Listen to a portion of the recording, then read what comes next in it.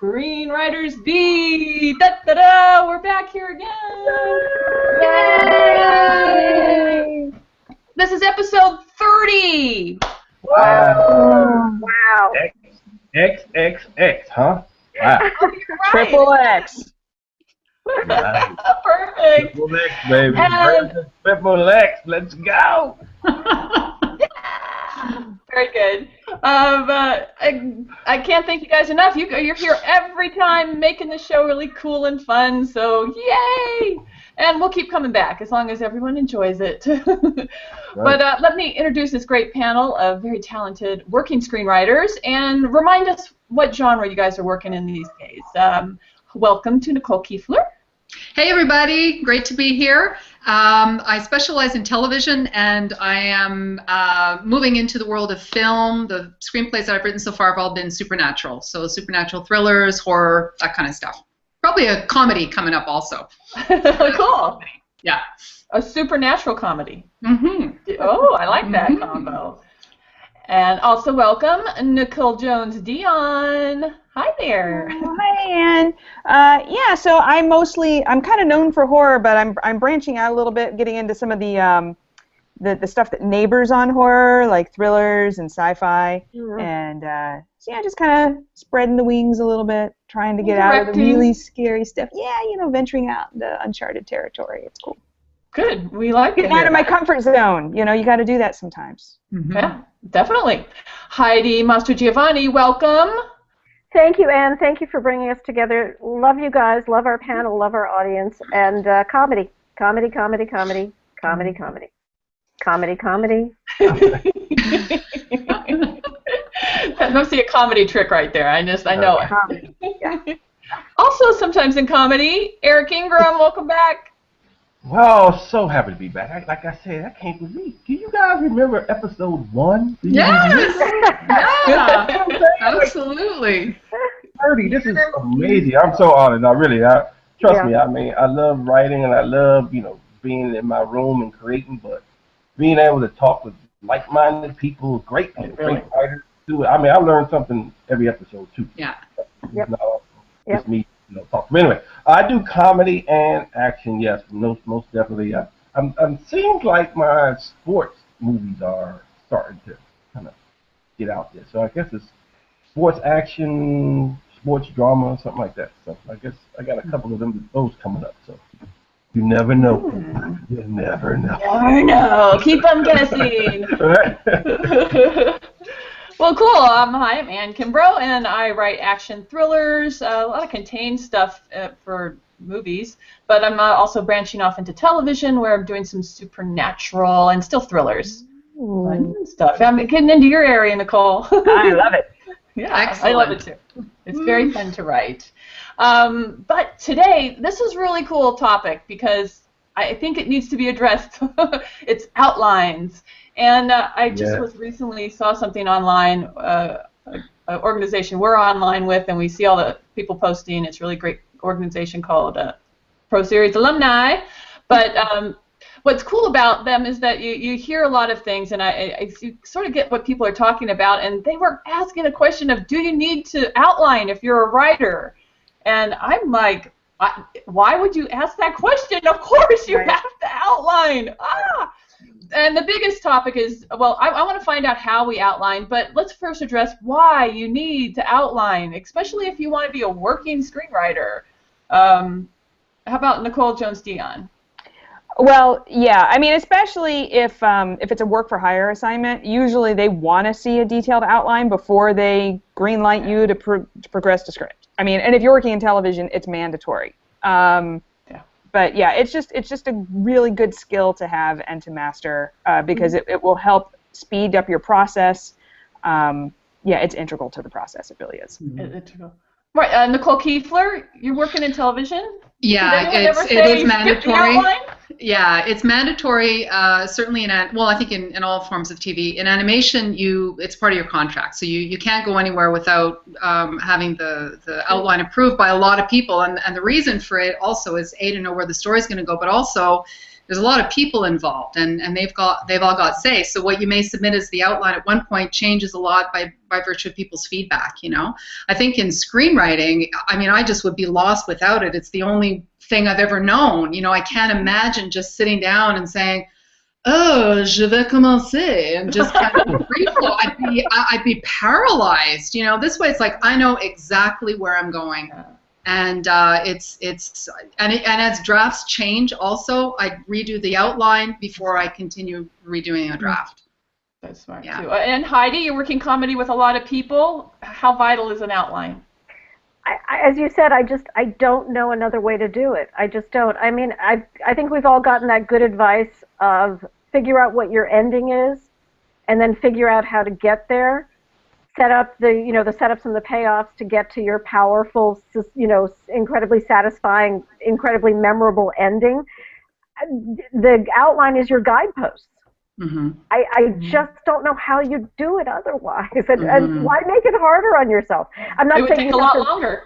yeah, and you don't slavishly follow it as it changes with the drafts, but figure out your ending, figure out a possible way to get there, and adapt. But use those as your guideposts. Yeah. Mm-hmm. Right. Yeah, Eric, if you suddenly got a job and you had never outlined in your life, how awful would it be to figure out how to outline?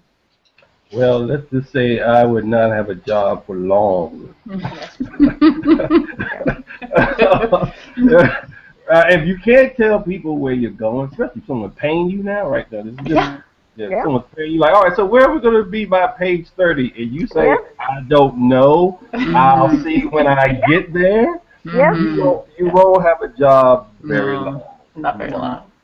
But I think what is important, and I started as a pantser, so that's how I started. It was just write and go. Let's see what we can create. All right, because I think sometimes when people think outline, they think rules, and I'm a rebel and I don't like rules.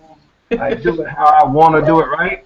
Right. But the more you start writing, you realize that you took 15 drafts when you could have taken 3. Mm-hmm. Yeah. If you had any idea what you were writing, it's kind of like that's the moment when it will hit people. When you realize the first time or second time, whenever you outline something, and you got done and further faster than when you just did it by the seat of your pants, that's when you will be initiated into the world of outlining. It changes the game, because if you want to write a lot, if you want to be productive and prolific, you need to be great at outlining. No, I agree. It would take a rare soul that can just sit down and go, blah, here it all is. Yeah, because there's really nothing worse than to write a script and then realize that your story doesn't start until the end of the first act. And if you had outlined it, you would have saved yourself that 30 pages of, that you just threw away. Yeah, outline is your friend. But I think people never get to realize that you could actually go off the outline. Like, it's okay. Sure. Yeah. But the thing is, if you ever get lost, you know where to go back to. Yep. But you need to know how to write to an outline, because if you're working with somebody and they're signing off on the outline, you need to write that script. You can't go off at that point. Right. You know? Right. But I mean, in the process, sometimes the character takes over. Right? If you really get into something and the character wants to go over here, but the outline says go over there, there's nothing wrong with kind of, even if you're on a deadline, you like, all right, I'm 2 hours, character A, go, tell me what you're trying to say. And then you might go somewhere, but I know I can always come back to the outline and hit the point. That's what I'm saying. That's what I mean. That's what I mean. Yeah. Well, let's we're definitely preaching to the choir here. You got to outline. So hopefully we've got that point across. But let's talk about how you outline. They're simple, obviously, beginning, middle, and end. But what are some other ways to get into outlining? Heidi? I really like Save the Cat. I do. I like the structure in Save the Cat, and I do like the obviously a 3-act structure with Act 2 being much bigger than the other 2 acts, and two halves to Act 2. And how does it go? Get your main character up a tree in Act 1. In Act 2, throw stones at them, and in Act 3, get them off the tree. But yeah, read Save the Cat. Great outline for outlining. Right, and it has a pretty a nice formatted, simple one. It's like 8, isn't it 8 points you could start out with? Yes, it's really good. It's a good guideline. Where's my copy's right over there. But I got my copies. I mean, there's one which all those one like Save the Cats. 15. One of them. Yep. Is it? Yeah. Okay, Yeah, so it's 15. Yeah. 15, yeah, it's 15. Okay. Well, then that's an easy way to start. You should be able to come up with those 15 things, right? Yep. Yep. Yep. Anybody else? What other sort of outlining tools are you using? I like the mini movie method, but then what I'll do is, because that breaks your script up into 8 mini movies. But then what I'll do is I'll overlay Save the Cat on top of that, and there's a lot of commonality. Like your inciting incident still happens at the same place. Your next turning point still happen in the same place. Your midpoint is still in the middle. But yeah, it just kind of gives like a little extra guideline to get you through those 15-page chunks. So it doesn't get stagnant and you don't. For anyone that doesn't know, mini movie method is also, that's Chris Soth, that's also sequences is also another terminology for it. But it's great. It breaks a movie into 8 points, 8 sections. 8 mini movies. And each one of those has a beginning, middle, and end, and then Well, and you could break it down. Every scene has a beginning, middle, and end. Not that you have to outline that in depth, right? Wait, no. You can. No, don't take it back. No, listen. I'm not taking it back. Not you personally. What I'm saying is, yes, you have to put in some work. Yes, you have to put in some work. So imagine, you got the mini movie method, which is break down into 8 parts basically, and then you have the Save the Cat, which everyone's talking about. That's 15 different things, right? So within the 8, you might have 2 or 3 points in each, something like that, right? And then, because this is what I did, then add on the hero's journey. Yeah, well, then we get into John Truby and no, that's Vogler, right? Christopher Vogler, right? Well, yeah, but Truby's stuff. Right. So, what do I mean? So that in and of it, this is what I mean. So you can use all 3, and eventually, and I'm not saying you got to use it. People use the snowflake method. I mean, there's all kind of people got all kinds of things. Well, my point is, you actually have to kind of find your way. Like the mini movie method plus the hero's journey works for me if I'm doing kind of a hero type movie. You know what I mean? If I'm doing a romantic comedy, I gotta know the 7 beats of a romantic comedy. I gotta have that in there, so I would put that in the outline. Like that's what I mean. Like you kind of eventually would make up your own kind of template. Well, you eventually need a beat sheet, and that's every scene in your movie. Right. Yeah. But in the beat sheet, you have to know where the midpoint is, right? So you know that you have to know at the page 25. I know I got to start go to the new world. Like you got to kind of know this stuff. But that's what I mean. Like so, I'm just saying, you might have to try a couple to figure out which one works for you. Is what I'm trying. Yeah, and until you should study them all because you do start big and then you get it more finite until someone else could read it and understand the story, right? Especially if you're working with somebody. But Nicole Jones Dion, have you had to write? A treatment in a way is a beat sheet depending on how long someone wants it. Which is an outline. The whole nomenclature thing is kind of making me crazy these days because you have outlines, beat sheets, treatments, and they mean different things to different people. So just make sure if you're hired to do one, clarify with the person what it is their expectations are. That's a good point. I always thought an outline is like bullet points, and some people think outlines they're actually beat sheets, which is very detailed with slug lines, and it's basically a script with everything except dialogue. So you kind of just, a lot of those terms are interchangeable, or they're used interchangeably, so just make sure you're on the same page with whoever it is you're talking to about that.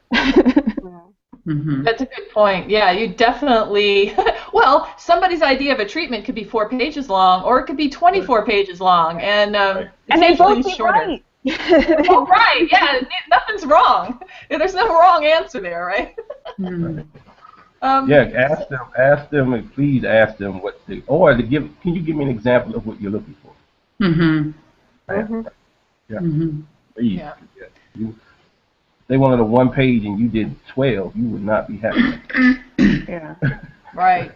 But I think as long as if you're well versed in Save the Cat, then you're in pretty good shape, because that's kind of the industry standard. A lot of producers are familiar with it. They might not know a lot of the nuances about screenwriting, but they do at least understand Save the Cat. So if you can at least speak in that vernacular, then you're already halfway there. Right, and they also know Sid Fields, which is all the inciting incident and the first act turning point, the midpoint, and all of those. So, yeah, right. And I would think most people, if you've done any little work on learning your craft, you will know that. Yeah. But obviously, those are the points you're going to hit for sure in a longer entity, whether it's a beat sheet or a treatment. Right, Nicole Kiefler, you turn in probably more outlines to people than you do. Well, in animation we do the detailed scene-by-scene slug line. It's usually 8 pages or so, but it's not like a treatment in the sense of it's not prose-like. It's just really like this is happening, next scene, this is happening.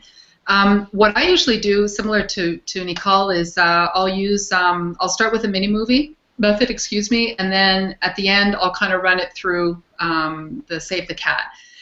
And what I like to do is just do, it's like mini movie 1, line 1, 2, 3, tick, tick, tick, tick. The guy does this, the guy does that, the girl does this, the girl. It's just for me to know. It's not really for anybody else to read. And then, but at least I know kind of point by point what's happening. I make sure everything that needs to be in there in terms of inciting incident, plot points, and all of that stuff, everything's in there. But it's easy for me to just kind of have as this 2-page quick reference, So if I'm making big changes, I'm not going through like a 30-page treatment or something, or whatever we want to call it, the big, long, prose-like document that gets circulated at certain times, Yeah. It's hard. It's easier to get lost in that than if you're just looking at 2 pages where it's like, oh, okay, this isn't working anymore. Got to switch that up. Yeah, for me personally, I like bullet points. I like having, like you're talking about, like a quick reference sheet that's like 1 or 2 pages long. Yeah. But when you're delivering something on assignment, they need all of that stuff fleshed out. Absolutely. And I actually saw a tip this week that I think I might try for my next project, where they said if you're going to be building out those outlines or those beat sheets with the slug lines and stuff, go ahead and do it in Final Draft. I do everything in Word and then copy over to Final Draft, but they were saying go ahead and do it in Final Draft, because then all you have to do is add dialogue and you're done. You just saved yourself a step. Oh, yeah. Great. Yeah, That's true. great. That is great.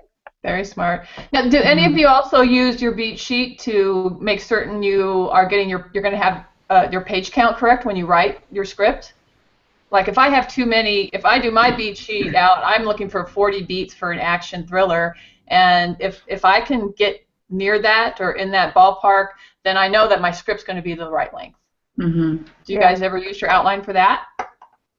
I guess I'd never put it that way, but I guess I do, only because I know the mini movie method is 15 pages, so that's why when I said I write 15 pages, because I know this is the block I need to write. So that's how I think of it. But now that you say it that way, yeah, you definitely have to. I definitely do that. I actually go, all these points got to be hit within 15 pages for this, and that's what I'm working on today. Right. Yeah. Yeah, and I've gotten to the point where I can usually, and I'll indicate on there how you can kind of tell how many pages it's going to take to hit each beat or each scene, and so I'll put in there, okay, this will get us to page 50, this will get us to page 55, this will get us to page 60, and that way they can kind of see the milestones as we're going down the document. It's useful when you're working with other people, because they might suggest a whole bunch of stuff, and it's in only one section of the script, and you're like, we're never going to hit mark if we had all that. Yeah. What do you really need, right? Yeah, exactly. Right. And that's the beauty of the outline. You see, if you were just winging it, right? They'll start throwing in all these suggestions. You would just be like, yeah, that's great, and then you get home and try to do it. You're like, what was I thinking? Like, yeah, no. Like, if you want to get the page, if you want this to happen by page 30, then we need to start later and start. Then we got to get rid of the first 12 pages so we can move this up and down. But the fact that you could be able to talk like that lets them know, okay, I'm in good hands. Yeah. And every producer's different. I mean, some of them are real sticklers for page count, and others are like, as long as you're somewhere in the ballpark, So I try to at least, like you say, at least know and be aware, and that way you can hit those milestones if it's called upon. Not everybody asks for it, but it's good to be able to do it if need be.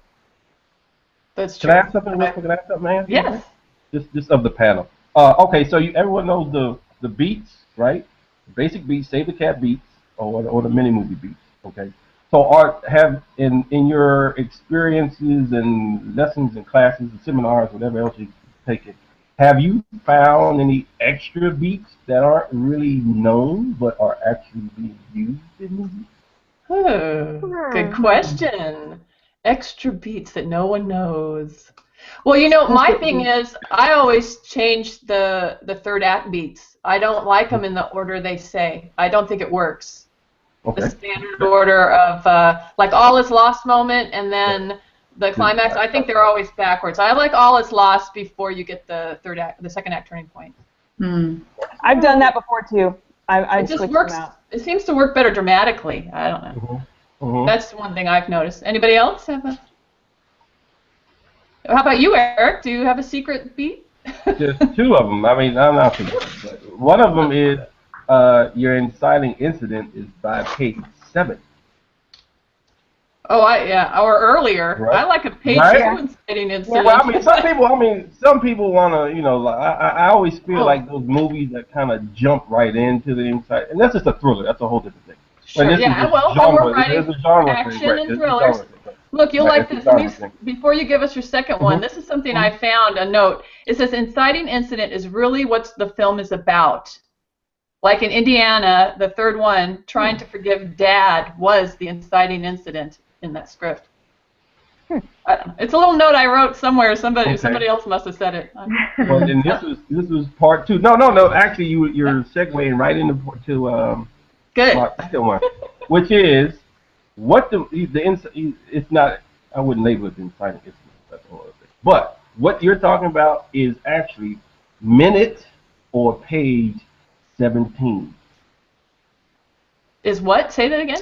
Page 17. What's happening on page 17? Minute 17 in a movie is what really the second and third act is about. I know it's like, huh? Could be. Watch minute 17, 16. Watch minute 17. And they will somehow bring up, I think that's when it happened in there, Jones, where you need to be able to forgive, you need to learn to forgive your father. Somewhere in there that's going to happen. That's page and you'll 17. See. Well, that's kind of like the theme almost. I don't know. Right. I'm serious? Yeah, I'm serious. We'll be watching. Watch. Yes. Watch. Well, cool, guys. I want to move on to our game, if you're okay with that. Sure. Our crazy game, if we have time. So this is a new one today. We're doing script term mashup, which goes great with outlines. We're talking about a lot of script terms.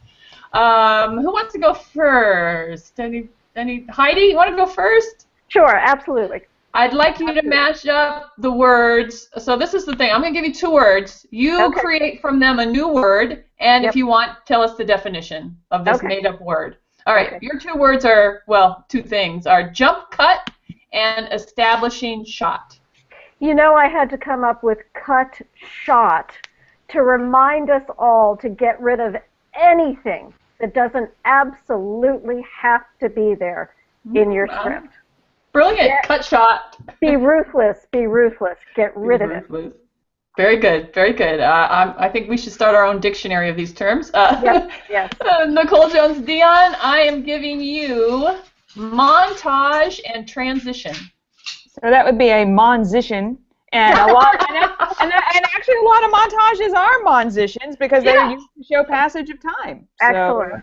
Excellent. Yeah, that's like, that one's going to start popping up places, I'm sure. Yeah, that's excellent. That's excellent. Let's see, Nicole Kiefler. I'm having a hard time with my words. Okay, shoot them. All right, freeze, frame, and intercut. Okay.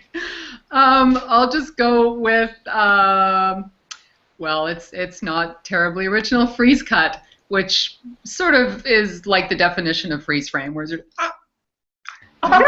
cut. But what I thought I was supposed to do was to actually mix up the individual words. So I came up with referee maze, which was for freeze frame, and intercut was cuter tin. That's great. I love it. That's actually a lot harder. You made it hard. That's what I thought we had to do. So yeah. I love it. I love it. I love it. That's the next game. We'll try that one again. Excellent. Eric, your two words are slugline and smash cut. I don't even know if I could top what Nicole just did. I know. Yeah, that was amazing. That was amazing. Oh, elementary now. I'm just like, oh. That's a fun game. We'll put that down as a future game. Okay. What was it again? Slugline and smash cut. How about slug smash, which means every wasted slug line, even especially when you're doing like action or something, when you get right in the middle of the pacing of the movie and you want to keep interior. No. Just do the short slug, which is whatever car racing down the street, police car, whatever, that truck careening into the bank, like whatever. Just slug smash. So we don't have to keep doing interior. Smash that slug. I like it. And you know what? Exterior. I have to say, Eric, on the script I just delivered, that was the note I got back, was stop, because I'm all about using full slugs. And they're like, don't use the full slugs, give us the small slugs. So they were asking for slug smash. And so that's what I'm doing. Absolutely. I'm going to put these all up on our blog, and these will be new terms. We'll see if any of them take up. All right, because you gave me a hard time last time that I didn't have something to play along, I gave myself two words, beat and fade to. So what I did was beat fades, which are quick visual fades between character dialogue. Oh, nice. Like that. So then you put beat fade. Like that. It could happen. It could catch on. It can happen, right? It could happen. I like that. Thank you. Well, you all did great. Those were super. We're going to close it up here. We're getting a little long. I didn't know. No one had to leave early, did they? We're doing okay? We have a question, an audience question. Actually, this is something I wanted to see if you guys can share any good signs or bad signs that you might get when working with a producer that maybe your project isn't advancing or it is advancing. When you've been out there, what do they tell? Like one good sign is when a producer's talking to taking it out to directors and actors. That's a good sign. Yep. Yes. Nicole Jones-Dion, have you had some of these good and bad signs? I've had some bad signs. I've had when they stop returning your calls and emails. Yeah, and that's usually a pretty clear-cut sign that. Or they unfriend you on Facebook. I had that. Oh. Well, we weren't actually working together, but I knew we weren't going to when you unfriended me. God. That's a good sign. That's a sign. Yes. Good bad sign. Or when they're like, yeah, I'll get you that thing on Monday, and then Monday comes and goes, and the following Monday comes and goes. Yep. Yeah. They never say Bad sign. Yep. Bad sign. Nicole Kiefler, you got some good bad signs out there? No, I'm not experienced yet in this way. For me, it's just I submit my work. I know I've got about a week's turnaround. It all comes in. I get paid. It's Brilliant. Really different. Heidi? The other side of the fence is looking more and more intimidating. Yeah. You might want to stay in television. Heidi, bill, contracts,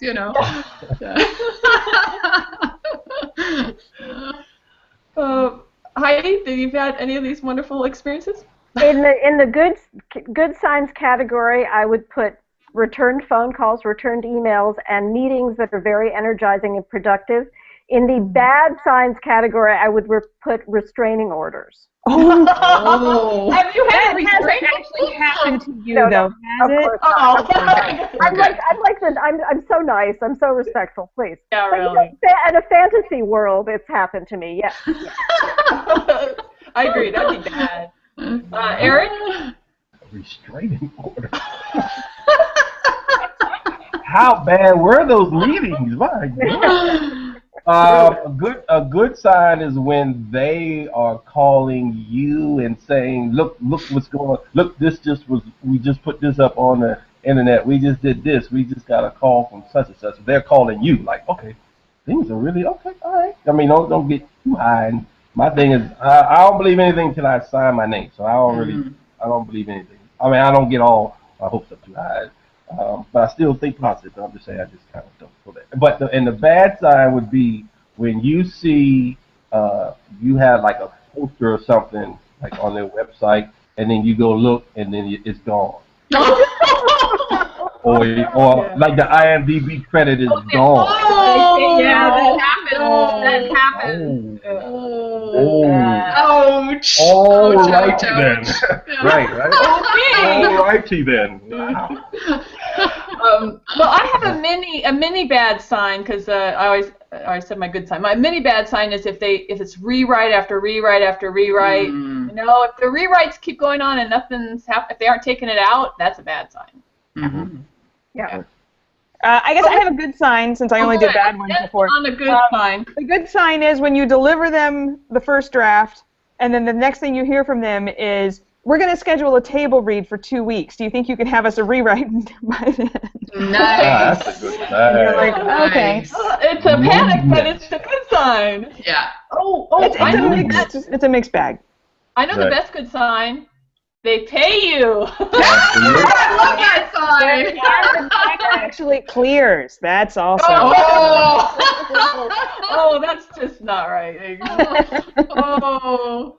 Well, guys, we've come to the end of another lovely episode. Yay! Oh, hey, what happened to that question you had about the long ride? What happened? I thought we were gonna.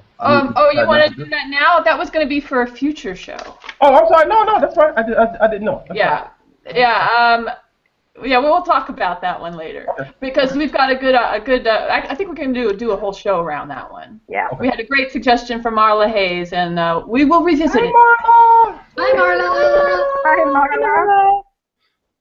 Everyone, I didn't click on you at the right time. Sorry, but everyone was saying it. Hey, we're going to close here and by saying just kind of what kind of work you're looking for. If you didn't get a hint of it, are you guys still out there looking for work? Which I know you are. We're always looking for work, right?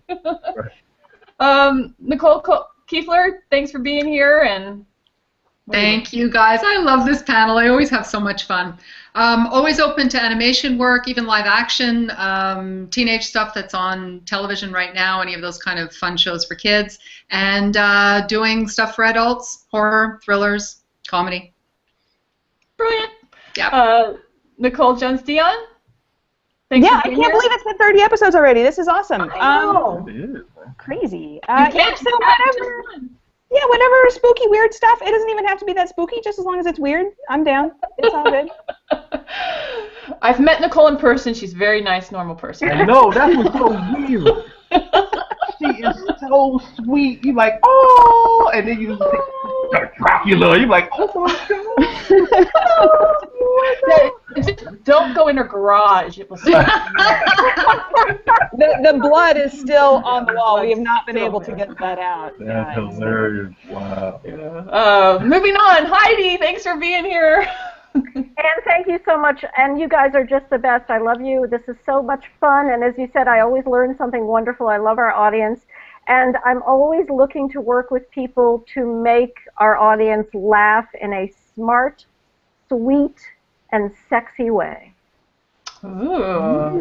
Wonderful, wonderful. Eric, I don't know how you're going to top that, Eric, but thanks for being here. I know, right? I know. See, I can't, man, you guys are on fire today. I just love it. I feel so like I'm in a remedial class right now. Oh, you are so fabulous. You cut it out. You're fabulous. We love you. I'm writing actually my action and my comedies, and also like I kind of my family comedy, Mr. First Lady, is about to go out. So I like that. Great title. With Hillary announcing her, presidential Excellent. thing. So perfect timing. Cool. So right. Yeah. So we're gonna hopefully we'll have that. But that kind of stuff, like family comedies, I guess that's the spirit of the world right now. Like laughter, family, those kind of things. Those ideas are just like pouring into me right now. So if you got one, please give me a call. Nice. Okay. There's someone calling right now. I know. I got ask and ye shall receive.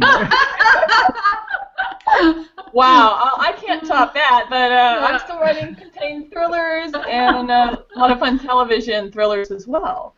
So it's a fun world right now, and I hope everybody out there is writing and just keep writing and outlining, obviously, but We want to hear more from you about what you're up to and what kind of topics you'd like to see us cover on the show. So please leave comments below and like us and join us again. And thanks again to my incredible panel. I really appreciate you being here, and you guys are all incredible writers and very talented. And it's great that you spent some time with us here. Thank you. Thank you for having us. I mean, we love doing this, don't get me wrong. And we just got to give it to you because you put all this together. Yep, absolutely. Absolutely. I'm happy to. You stepped out into uncharted waters and say, hey, let's do this. Yeah. No, you did this. This is not Absolutely. I'm not You said yes. I'm not brown nosing. I know I'm not brown nosing. I'm not want to let you know. That's why I said this is 30. This is 30. Fantastic. And each one is not only does it get better, and we all kind of all found our own little rhythm now. Like it's just fun. We're just having fun, but we learn so much. Yeah. None of this would have happened, Anne, if you didn't step out. So. Yep, absolutely. Thank you. Absolutely. Thank you. Well, you guys all said yes. That's what's incredible, and you keep coming back. And it inspires me, so I hope it inspires everybody else to get out there and write and just find your market. There are many out there. Try them all. Right. All right. Well, we will be back again before you know it. Thanks for joining us. Hey, thanks everybody. Bye. Bye. Happy writing.